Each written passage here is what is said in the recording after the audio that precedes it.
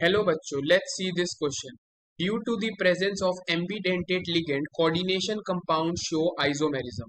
Palladium complexes of the type PdC6H5 twice, SCN twice and PdC6H5 twice, NCS twice are.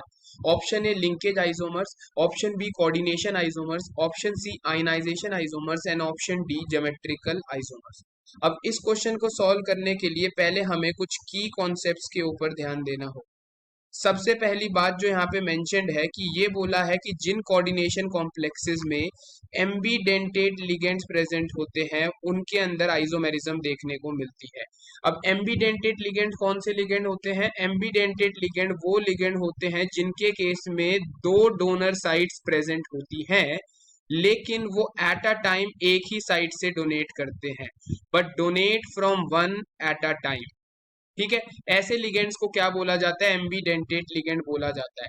For example nitro group जो होता है वो nitrogen के through भी bind कर सकता है और वो ऑक्सीजन के थ्रू भी बाइंड कर सकता है।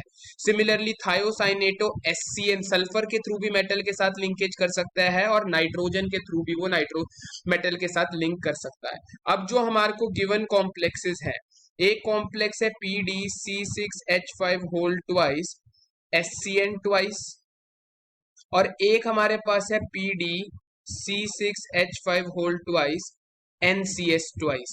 तो अगर मैं यहां देखता हूं तो यहाँ पे पैलेडियम का बॉन्ड सल्फर के साथ बन रहा है और यहाँ पैलेडियम का बॉन्ड नाइट्रोजन के साथ। तो जो ये SCN थायोसाइनेटो लिगेंड है, ये कैसा लिगेंड है? हमारा एम्बीडेंटेट लिगेंड है।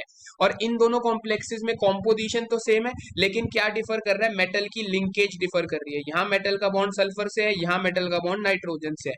तो जब लिंकेज डिफर करती है तो ऐसे काइंड ऑफ आइसोमर्स को क्या बोला जाता है? लिंकेज आइसोमर्स बोला जाता है। तो यानी हमारा करेक्ट आंसर क्या हो जाएगा? Option A linkage isomers. I hope you understood it well. All the best, thank you.